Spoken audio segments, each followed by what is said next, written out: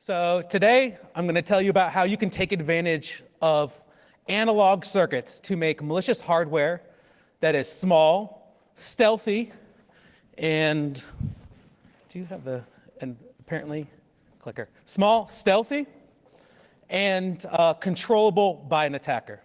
That's joint work, by the way, with Kai-Yun Yang, Ching Dong, Todd Austin, and Dennis Sylvester. So as you can see here, foundations are important. And every computing system that you do your work on, the foundation of that system is some bit of hardware, the processor. And if there is a flaw, if this processor is imperfect, if somebody inserted some malicious backdoor in the hardware, that even if you have perfect software riding on top of this hardware, that software is now rendered imperfect because what it relies on is also imperfect. So you all here, most of you are not hardware security researchers, and that's fine because, you know, I need a niche. And you've done a great job building fences, software level fences, to keep out ne'er-do-wells. But as you can see here at the bottom, there's a gap. So when you build these fences, it forces attackers, they're not going to give up. Attackers are never going to give up because there's motive for them to keep going. So what they do is they just go to lower and lower levels of the system. We've seen this in software space with rootkits, malicious hypervisors, you now have bootkits, and in recent years, we've seen malicious hardware. And so basically, you know, software, you guys have done great research securing systems, and now you've done this battle to the bottom with attackers, which is resulting in them having to expend the resources to attack hardware. And so, again, this research space has been highly active for about, you know, the last 5 to 6 years, and there's kind of two different, kind of a yin and yang of defenses that have come out of this research in this space. So the first one is kind of visual inspection, side channel analysis. And this class of defense is really good at detecting attacks that are large. And attacks that are large because they need a complex state machine to hide themselves from dynamic analysis. So this is kind of testing functional verification. You can combine this with static analysis. And what you do in testing dynamic analysis is you try to issue test cases that exposes malice. So, which is great at detecting malicious circuits that aren't hiding very well. They don't have complex trigger state machines that hide the attack payload from inspection. So this is kind of the space we've had this kind of yin and yang of, well, some part of the attacks we'll catch with dynamic analysis because they're always on, and the other part we'll catch with visual inspection, side channels because they're not always on, but they rely on a large trigger. So really the challenge that we address in A2 is to how do you take this complex state machine? Is it even possible to have this complex trigger state and condense it down to basically a single cell inside of an ASIC, a couple of transistors, you know, 2 to 4 transistors. So this is really the challenge that we address in A2. And if you can do this, you make an attack that is stealthy in terms of it hides from dynamic analysis, it's small, and being small is important because if you can reduce it down to a cell, you're putting it inside of a processor that has hundreds of millions of other cells that all kind of look the same. So that's why I have Waldo. I don't know if you spotted him in the bottom corner of the screen. This creates this like Where's Waldo game where you add a cell and it's now with 100 million other cells, but now it's like which Waldo because they all look like Waldo, and it's really hard to spot the attack using visual inspection. So in this way, you kind of break this yin and yang and say, I can do both. I can create attacks that do both. Okay, so kind of how processors are designed, and this is a mainly software-focused audience. So generally, we have the specification stage where you say, this is what the functions my processor needs to have. Then you have the design stage where you code up an HDL or like C with the implementation. And then you do some functional verification, some validation. And now we go into where our attack takes place. So once you do validate your circuit, you say, okay, I need somebody to build it for me. Most places can't build it themselves. So you can also go to what's called a back-end house. We say, here is the validated, what's called a net list, which is just a low-level hardware description. You say, hey, take this and make this some hardware. And then what you do here, you do what's called physical design. You lay out the little blocks. You convert everything to these things called cells, which are a group of 2 to 8 transistors, and you connect them together. And that's what the back-end house does. Then you take that, and you can see in the image there on your right, you connect it together, and you have this thing called the mask, and you send that to the actual foundry, the fabrication facility, and they create it for you. And that's called the GDS2 file that you pass it. And so really, we support both of these threat models, but the one that's kind of highlighted in the purple box is the most difficult threat model, so we kind of focus on that. So if I hand you this mask and you are malicious, what can you do to implement this small but stealthy attack? So one conventional attack you'll see if you look at kind of existing malware research is represented by this kind of pseudocode over here. It says on every, and RB ACE stands for rare but attacker controllable event, because we'd really like the attacker to be able to control the attack. So this is called a counter-based trigger, so we check the count. And we'll just monotonically increase in traditional counter-based triggers and say, hey, if I've reached whatever my count is, 1, 2, 3, 4, 5, then I will deploy the attack. If not, I will increase my counter. In this way, when you get a whole series of events, eventually you'll deploy the attack. So what we'd like is, as you can imagine, these are 32-bit numbers. There's some comparisons going on here. There's some long additions. This is actually lots of hardware logic. What we'd like to do is compress this down. So we start out with an insight, and this is where analog circuits come in. A capacitor, as you can see there, that symbol is a capacitor on the right. A capacitor really is, in the analog domain, a counter, and it's an accumulator.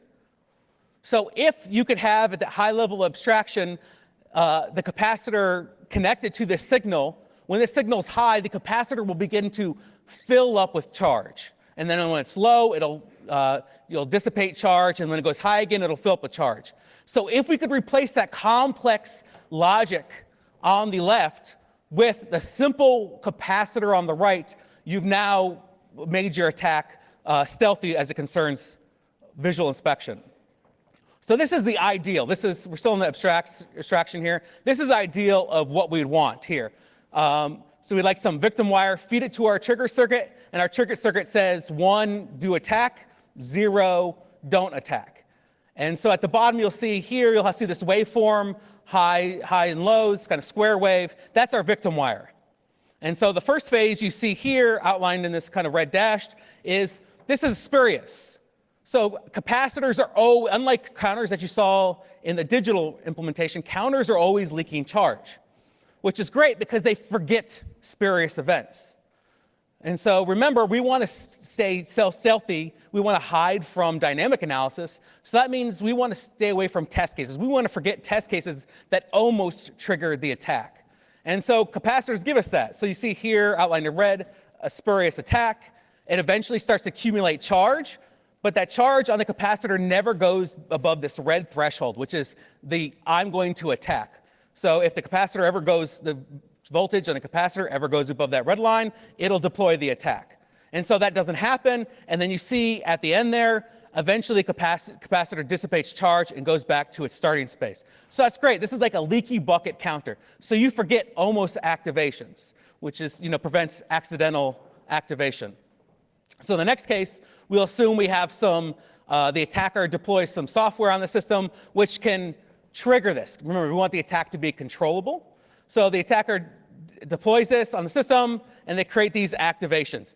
Every time the device, the rare but controllable event toggles, we add a little bit of charge. This is what we want to implement. And then eventually you go above that threshold on there and you deploy the attack. And so this is what we call our trigger time. And in the next phase, you'll see eventually the attack stops, you've been successful, and the voltage on the capacitor will now start to dissipate. Eventually going underneath that green line there, which is I'm going to stop the attack. So we have an attack threshold and a release threshold. There's some hysteresis here because we'd like the attack to be on for some number of cycles so we can take advantage of it. And this is called the retention time. So this is the ideal that we'd like to have. Unfortunately, you can't just attach a capacitor to this victim wire in the design. Why can't you do that? Well, when it's 0, everything's fine. There's no charge on the capacitor. But then as soon as you go to the high level, and if this capacitor is directly attached, you'll start to fill the capacitor with charge quickly. Now, if you have a small capacitor, it'll fill instantaneously, and you basically have no trigger anymore. Your trigger gets deployed in 1 clock cycle. That's not what you would like to have happen. On the other hand, you could use a large capacitor. And if you use a large capacitor that can't fill in 1 clock cycle, the problem is, I'll give you a multi-cycle attack, but now you're going to have a huge current as you sink a lot of power from the voltage rail to try to fill this very large capacitor. So you just can't, it's not as simple as just connecting a capacitor. So what we have in Insight is charge sharing. If I have a small capacitor and a large capacitor, if I fill up that small capacitor, that'll happen very quickly in a clock cycle. And it won't have this huge current spike, which is noticeable via side channels. But then if I connect them together, the 2 capacitors will go to the same voltage. And I do that by sharing charge. So in this way, you can see you could fill up that small capacitor several times, and it'll take several times of filling up and sharing charge for that larger, relatively larger capacitor to fill up. This is what we call charge sharing. So how this is a high-level abstraction of the circuit.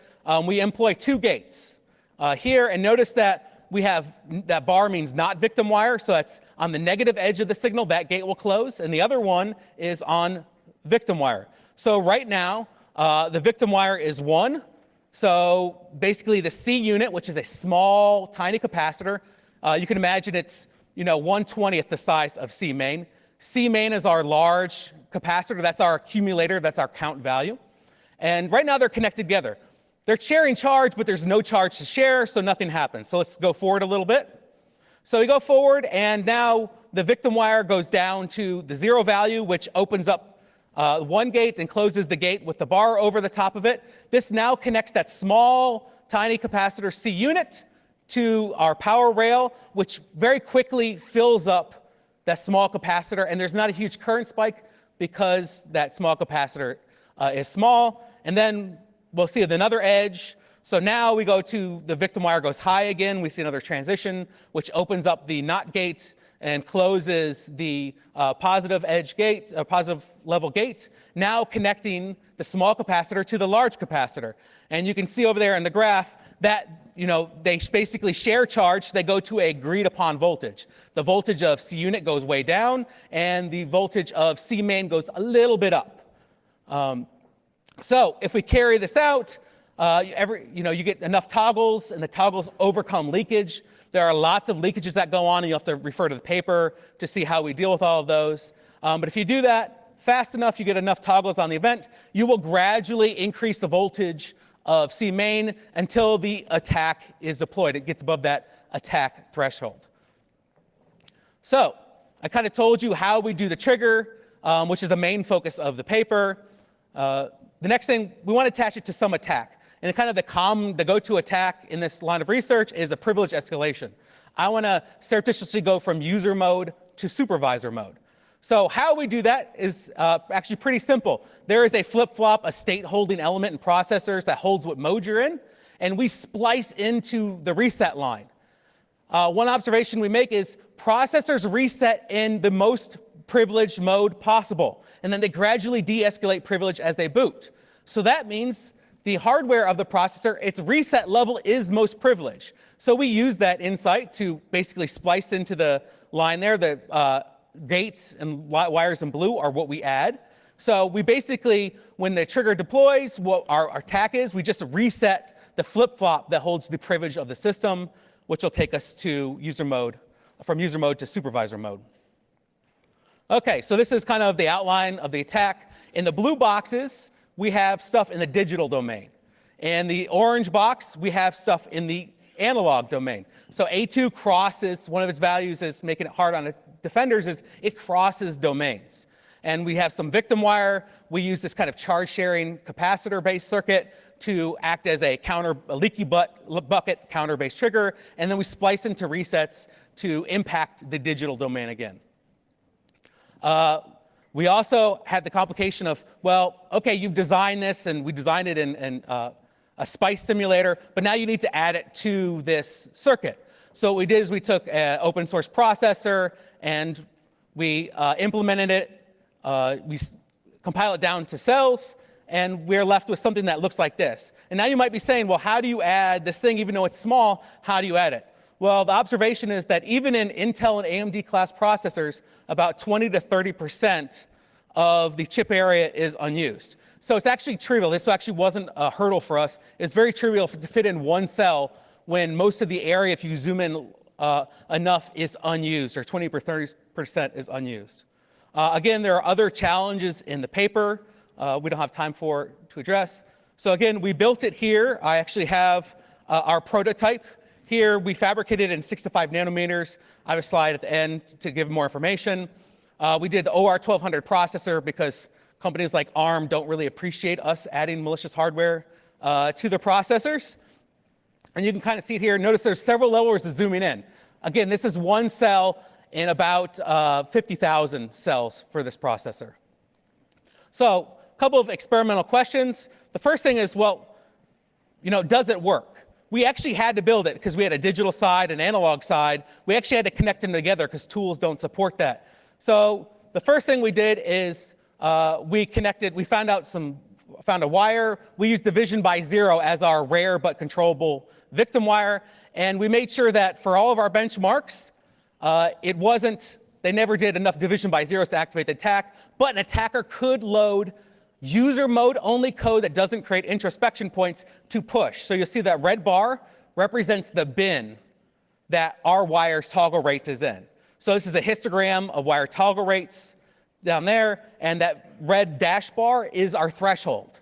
So if an attacker can, in user mode code, push the activity rate above to the right of that dashed line, then they can effectively trigger the attack. And this attack showed that in real hardware, dealing with all manufacturing variations, that we could actually control the attack, and it wouldn't be attacked in normal use case, but the attacker could do it using only user mode code. And so next, I have a simulation here. Oops. Okay, so I'll just go to this one. So you might be wondering, well, is that basically 0? Actually, we chose our most division-heavy benchmark, which was something called basic math. It's from an embedded system benchmarking. And its rate was only 0.0002 for the most division-heavy benchmark. And that's kind of where our threshold is at. So we're far away from defenders being able to spot this attack from post-fab testing. Okay.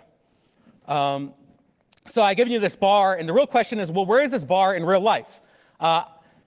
This is a challenge, because we don't expect the attacker to have to build this system themselves to find out where this bar is at, because that's $70,000, $100,000 in our case. We'd like them to be able to simulate it. But what they simulate needs to turn into reality. So, why is that? That's important because if the bar is too far to the right, you can never actually deploy the attack. And if it's too far to the left, the attack will be trivially deployable. So here's the result of this experiment. You'll see there's a column called measured. So we take a 10-chip average from what we fabricated over there and see for different toggle rates of our victim wire how many cycles it takes to activate the attack. And the next column next to it is called simulated. This is what our SPICE simulation said. We actually did, the I/O device is not so important, but we did low power 65 nanometer and non-low power 65 nanometer. And as you can see from here, we're basically within 7.4 is really equal to 7 because it's a whole number of clock cycles. So what this means is the attackers can reliably simulate their attacks. They don't have to build out fabricate a chip to know that their attack will work. Again, the paper contains much more. So at the high level, we still have that A2 spans the analog and digital domains. A2 is controllable. The attacker can move the toggle rate of their victim wire around. A2 is stealthy, both from visual inspection, it's one cell, and from testing, Tests don't get anywhere near activating it, and it's only currently detectable by post-fabrication techniques. So the last thing is, we actually need to focus on not just detection, but prevention, because we're moving to where we're going to have zero-gate attacks. So you don't try to find a needle in a haystack. You need to protect yourself from it. I'll leave this up. I don't think we have much time for questions, but I'll leave this up. If you want to find out more information, I have a repo. You can find out more about me at my website, and here's some interesting facts. Thank you very much.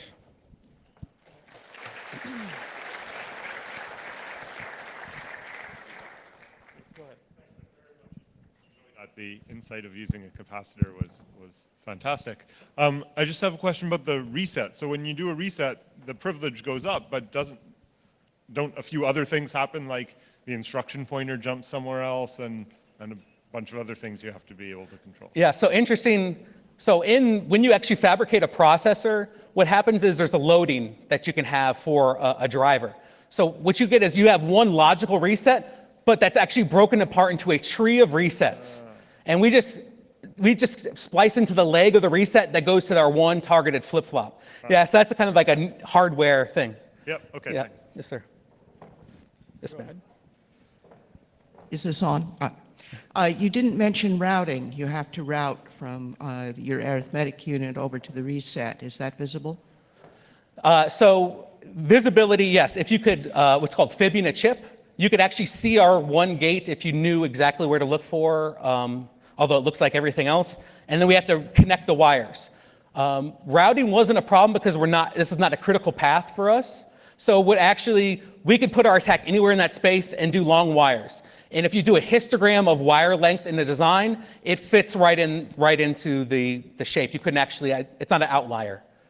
But just a comment, having written specialized arithmetic routines, a benchmark is one thing, but the combination of creative programming by some people and just plain old stupid errors probably would reveal this fairly quickly in actual practice. Yeah, that's interesting. That's actually a thing, one of the values of the capacitor is it forgets bad programming because the capacitors leak. So we need like 200 instructions of the same, 200 division by zeros in a row to actually, without intercepting this, without actually, anything between that. If you didn't do that much, it would forget. If you did, then the attacker would need to rebuild their circuit to push that threshold out a little bit to avoid bad programming. Don't underestimate bad programming. Okay. Thank you. Just one final question. And Jaeyeon Jung, Microsoft Research, great work. So let's say that, assume that your attack cell got injected into hardware and then it's deployed in the field. What are the defenses that you recommend to the folks who like to mitigate once this attack is discovered without changing the hardware? So this is a post-deployment scenario. Right. You're not going to be able to, it's one cell in a lot, so you're not going to be able to use any side channel. It's not going to be reasonable to use side channels. You could, right now, given what we presented, what's called fib the chip, you could delayer the chip and image it, because you have to know what was produced. Right. And you're going to have to basically build up what was produced and then compare that to what you sent the manufacturing facility. So we had to use TSMC to manufacture this. To actually know what TSMC did, we would actually have to delayer the chip using some acid, visualize it, and then do a kind of equivalence check to what we sent them, what they gave us. And that's right now. Although there is work going on to reduce that one cell into 0 cells. And I'd like to talk about with you offline.